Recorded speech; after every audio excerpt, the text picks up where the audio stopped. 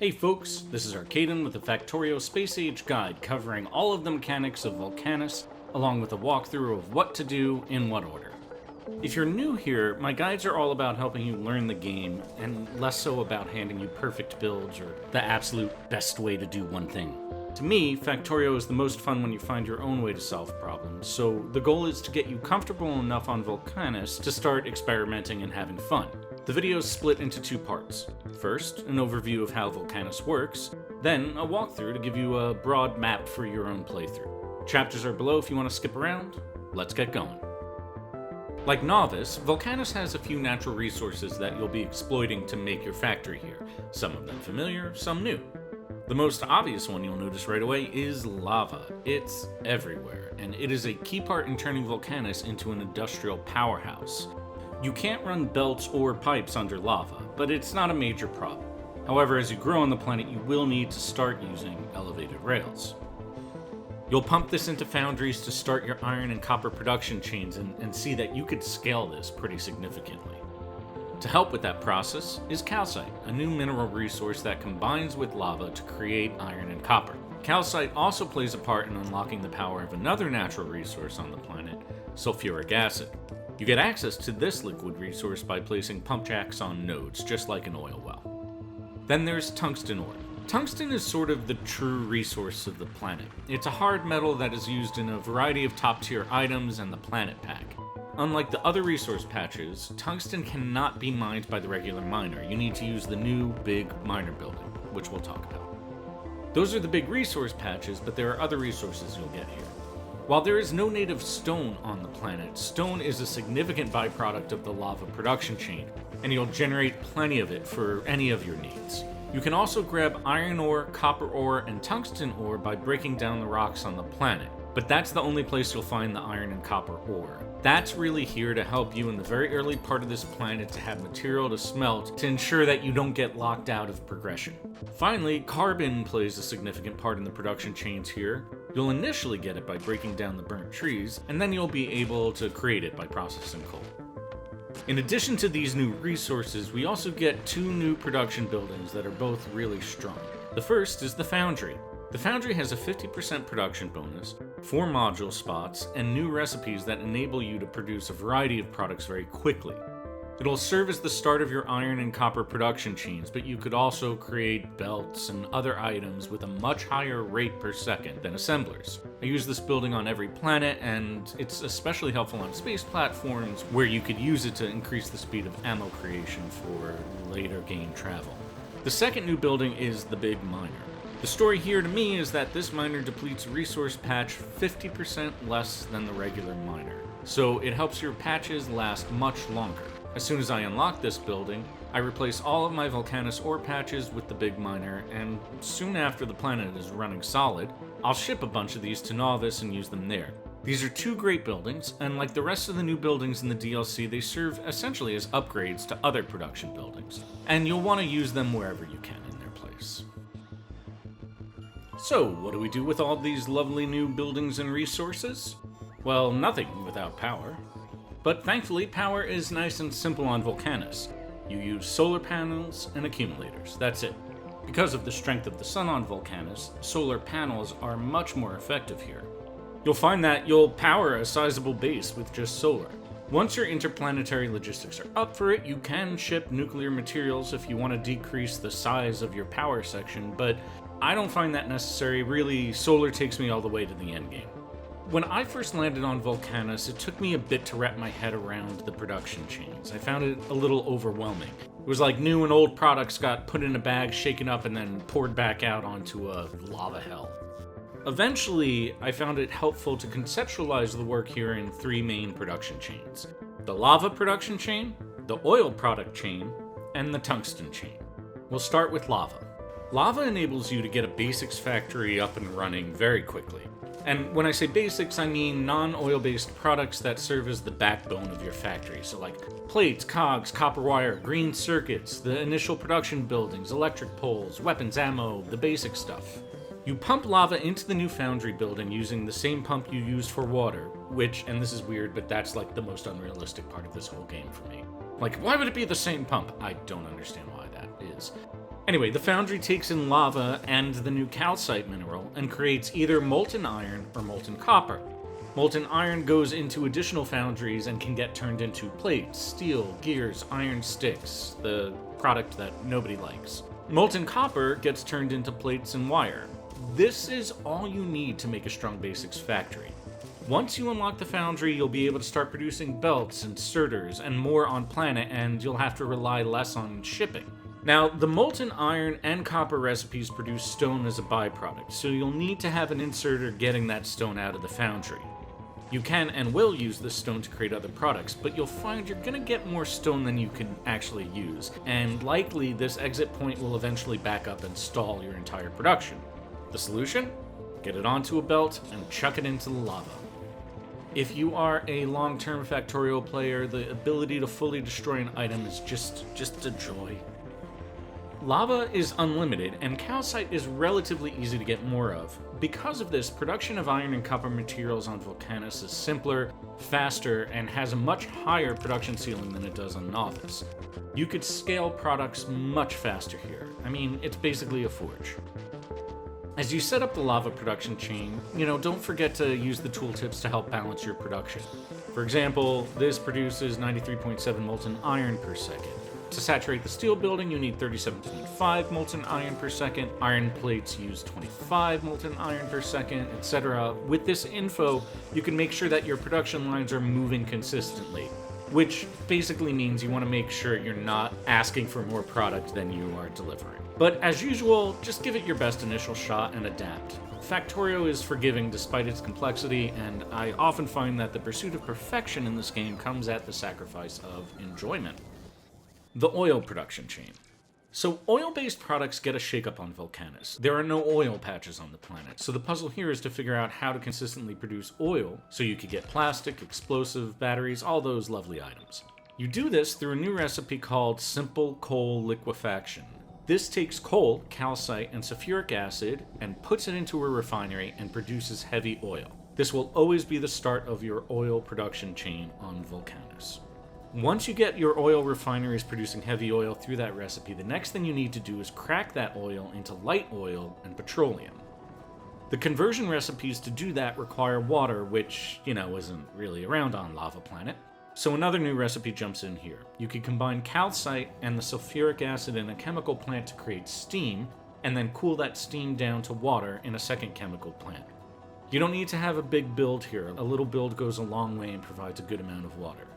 So the new challenge here is more focused on how to use the new recipes to get the right balance of the 3 different oil types so you could produce the products effectively.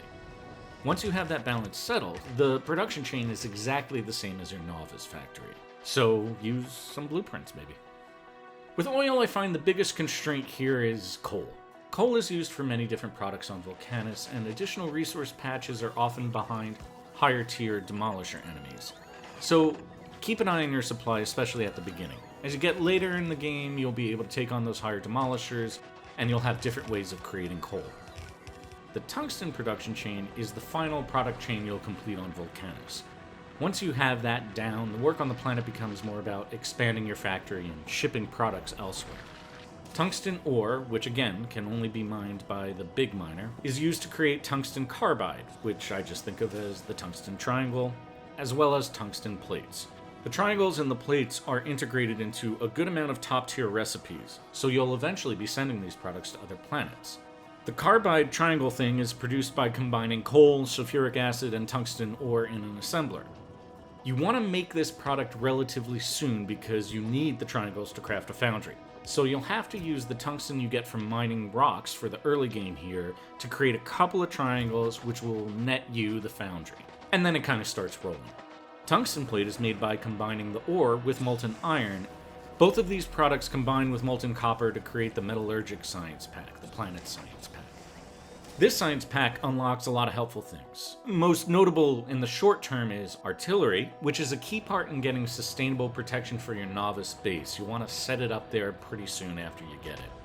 And cliff explosives, which make it easier to produce large builds on Vulcanus. The first big tungsten ore patch is always locked behind the new Demolisher enemy, so to get to it you'll need to figure out how to kill them. Which brings us to Killing Demolishers. Demolishers are big worms that look like the Doom worms mated with an armadillo. They can bring fire from the ground and they'll kill you pretty quick. Each of the Demolishers patrols a specific area which is marked by these red outlines. If you try to build anything in their controlled area, the Demolisher will come and demolish it. They come in 3 sizes: small, medium, and big. Not large, big. The bigger ones get more common the further you get away from your planet's starting point. Expansion and growth on Vulcanus means you have to destroy these armored worms. Once they are gone, that area that they control is free to build on safely. There's a trick to them though. Not only does the worm have health that you need to deplete to 0, but they also regenerate a certain amount of health per second. In the case of this small Demolisher, that's 2400 health per second. What that means is to get any damage on the worm's main health bar, you have to cause more damage per second than they could regenerate. So for the small worm, if you don't do above 2400 damage per second, you ain't gonna make a mark on this puppy. The Factoriopedia will give you the stats on the Demolishers as well as the damage per second of your items. There are actually a lot of ways to deal with Demolishers, and you can have fun here. Throw a stone on YouTube and you'll hit a video showing you how poison capsules are a good option. Landmines can work. Some people like using the tank or nukes. But if you're just starting out on Vulcanus, I think the simplest way to destroy a Demolisher is to plop down a bunch of turrets with red ammo and lead the worm into it. Which is what I do here. I place down a blueprint, which is just a ton of turrets. I fill them with ammo, and I don't do too much ammo. I just put like 25 in each. And then I aggro the Demolisher, lead it into the turrets. Done. When I killed this small Demolisher, my projectile damage research was at level 6, so not too advanced. You could do the small ones pretty quickly. As Demolisher size goes up, so does their health bar and the amount they regenerate per second. For medium, you have to do above 7800 damage per second to start making a mark. I was able to get that done at the same research level just by adding a lot more turrets, and I put some poison capsules in there too. To summarize, if you can't kill a Demolisher, you need to do more damage quicker. And you could do that by researching better weapon damage technologies, using stronger weapons or ammo, or just adding more weapons. The last thing I want to talk about before we get to the walkthrough is shipping priorities. What you want to ship to and from Vulcanus can vary greatly based on your preference, your current focus, and certainly how developed your Vulcanus factory is. As you progress in the game, these priorities will change. At the beginning, in addition to the smattering of items you need to set up a basic factory, your first ship to Vulcanus should absolutely contain a decent amount of solar panels and accumulators. Otherwise, you won't have power and getting started will be incredibly painful. After that, once you land, you could go in a variety of directions.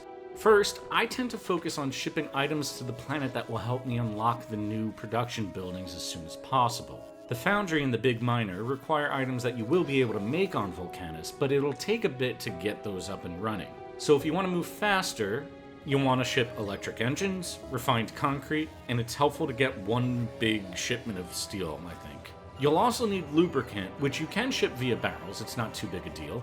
Or I have this quick early game oil design here that gets me some materials. Another early shipping priority for me on Vulcanus is logistic bots and roboports. Now, you could definitely do a belt base on Vulcanus, but I go with bots. I find it more efficient, flexible, and easier.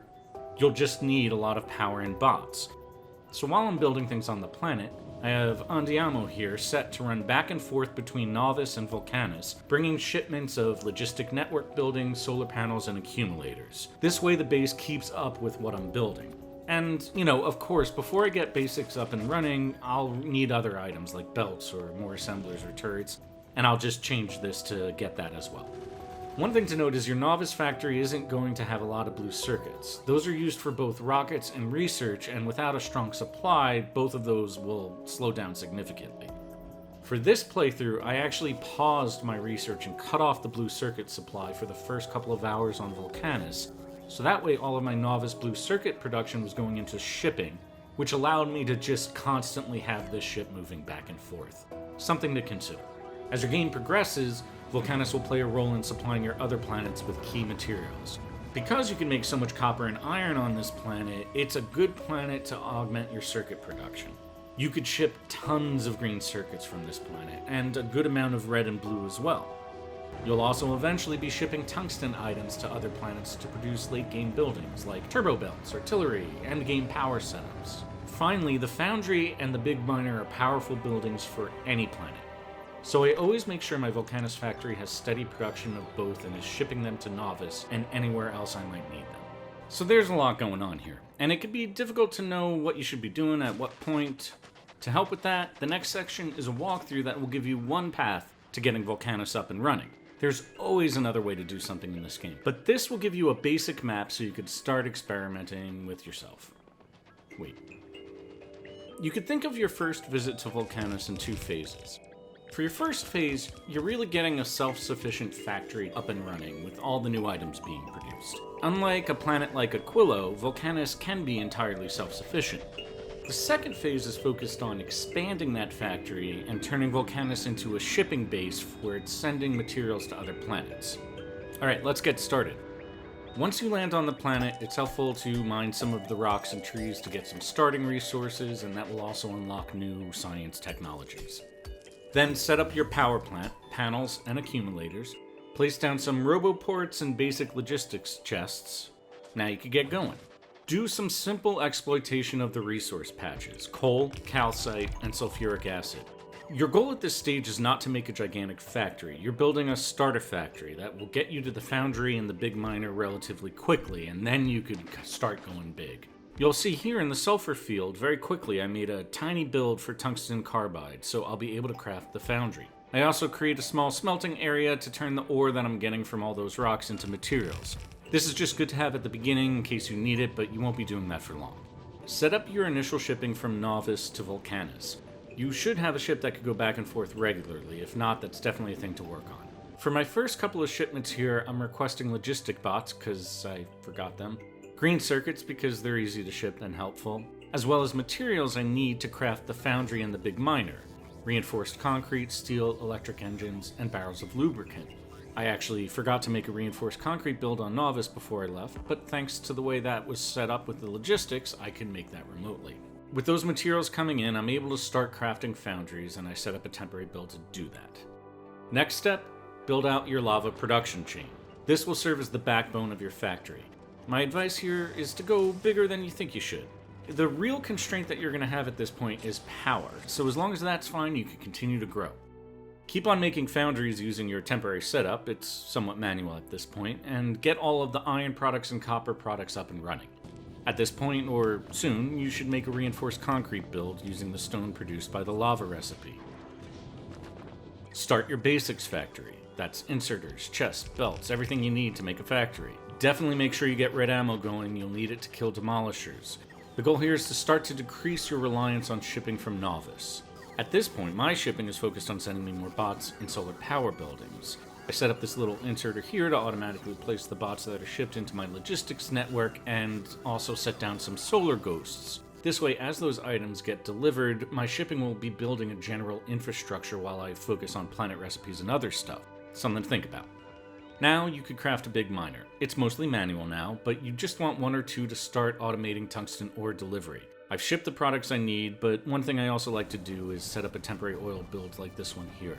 It's not optimized, but I get it going and it helps me rely a bit less on shipping of electric engines or oil products. Lava is up and running. We've got big miners, we've got foundries. Now, build the tungsten production chain. The first tungsten patch will be blocked by a demolisher, so use one of the tactics discussed in the tutorial section to take it down, and set up as many big miners as you have. Regular tungsten delivery is now a reality, and you can start fully automating the tungsten production chain. Set up builds for carbon, tungsten carbide, the triangles, then tungsten plate.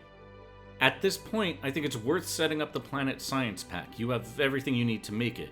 In this playthrough, I don't have shipping from Vulcanus set up yet, but even if that's the case, it's still good to stockpile these so you can move them quickly. You can now fully automate your foundry production, but you need a better electric engine setup to make automation happen for big miners, which means it's time to approach the oil production chain.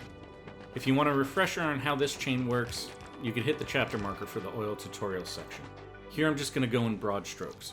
Build out heavy oil production, then get water going to start converting that heavy oil into light oil and petroleum. Put some of that light oil into rocket fuel, and the petroleum goes into plastic sulfur. Set up your secondary products, low density frames, you could use the foundry for that, batteries, dynamite, and of course, a decent-sized electric engine build. Now, I said that all pretty quickly, but I find that the oil setup always takes me a while and often requires the most tweaking after I get it down, so it's going to take some time. Once you get past making heavy oil, light oil, and petroleum, see if you could copy some of the builds you have on Novice. Use your bots, they make the game faster and easier. With electric engines up and in the logistics network, you should now be able to automatically produce big miners. Now's a good time to expand your tungsten patch, and I also recommend converting your coal and calcite patches to big miners to help them last a bit longer. Now that you also have plastic, expand your basics to include red and blue circuits. You can keep these small, you're going to go bigger pretty soon, but want to research something first. You have all the materials for rockets as well, so set up a shipping area and send the Metallurgic Science Pack to Novice. Don't forget to set up Novice so those packs get routed into the labs. You can do this the opposite way, where you ship a bunch of science packs to Vulcanus and complete the research on this planet. Research cliff explosives. With that done, it'll be a lot easier to build big on this planet. I would also get artillery researched, as you'll likely want that for Novice pretty soon. At this point, you're making all the items you need. I always take a little bit of time here to watch everything run and tweak my builds a bit. Outside of that, you're ready for expansion and shipping. First, build a brand new space platform. This takes time. You don't need it now, but you will as soon as you leave the planet. I get a space platform starter pack sent up, and since Andiamo has been doing a good job, just copy and paste that. Novice will slowly build this platform. Now, as soon as your first rocket silo is up and running and the materials for rockets are being automatically produced, you could peace out of Vulcanus and go somewhere else. You might need to go kill some biters on Novice, or maybe you want to get Fulgora going and use those technologies on this planet. Again, it's really up to you. For the purpose of this walkthrough, though, I'm going to take us to a point where Vulcanus gets a little bit more settled for a significant portion of the game. At this point, I recommend building a big circuit factory. This planet can make a lot of circuits, and that will not only help you ship faster from here, but you could also send those circuits to other planets to help them out. So this is what I build. Let's take a look at it. I have foundries creating molten iron and molten copper. The iron is converted into iron plates, and the copper is converted into wires. I have all of this set up based on ratios. I looked at the tooltips, did the math, all of that stuff. The iron and copper wire get pulled into green and red circuit builds. Plastic, for the time being, is put into requester chests by bots. Finally, the red and green circuits go into a blue circuit build. Next, set up your shipping area. Chances are you built your first rocket silo too close to other stuff. You're eventually going to have a pretty big shipping operation here, so I recommend setting up your rocket silos where there's space to expand. Make at least 3 silos, eventually you'll have more. I like to also place buffer chests close to the silos in my build to make transferring materials to the rockets quicker.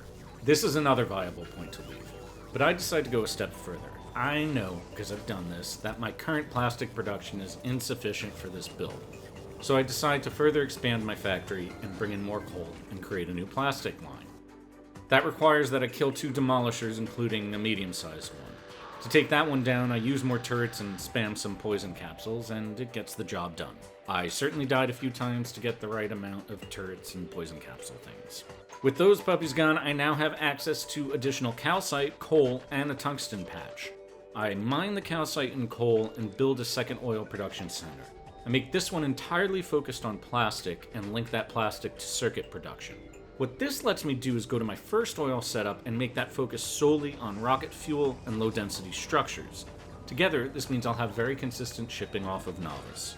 I don't mind the new tungsten patch. You could, but frankly I'm tired of the planet. Let's talk about leaving. Set up logistics coverage. The goal is the same as Novice. You want to be able to build things remotely, so make sure you have coverage over your entire base, are producing roboports and bots, and you also want to be producing solar panels and accumulators, and rails, elevated rails, and all the related train stuff. You're going to want those at some point to bypass the lava. These don't have to be very efficient builds because you're going to be spending a lot of time not paying attention to this and they'll just grow. With those and your basics factories going, you'll be able to do things like add that tungsten ore patch completely remotely. Set up Vulcanus shipping. That new space platform you built? Use it to ship circuits, science packs, tungsten plate, tungsten carbide, and calcite to Novice. You'll thank me later. You don't have to go crazy with amounts. Unless I'm in an emergency, I tend to have it at just 1 rocket's worth of materials, and over time, while I'm working on other planets, it works out. And that's Vulcanus. You are ready to leave. You probably want to take a trip back to Novice. My circuit production there has stalled because I've run out of oil, so I'm going there to get this patch up here hooked up. Outside of that, you gotta pack your space platform with the materials needed for your next planet and keep going. It took me 7.5 hours to do this playthrough. Your first time will be longer. I have a stupid amount of hours in this game, I have blueprints, and I'm also using these tutorials to figure out a strategy to get the complete the game under 40 hours achievement, so I was moving fast. But normally I like to take my time. I find this game gets less enjoyable the more I rush it. My plan is to do each of the new planets and a couple of more achievement guides before leaving the Factorio YouTube world, so if you're interested in seeing those videos, don't forget to subscribe. I hope this video was helpful and enjoyable. If it was, please consider dropping a like or a comment to help the channel grow. In the meantime, happy building, and thanks for watching.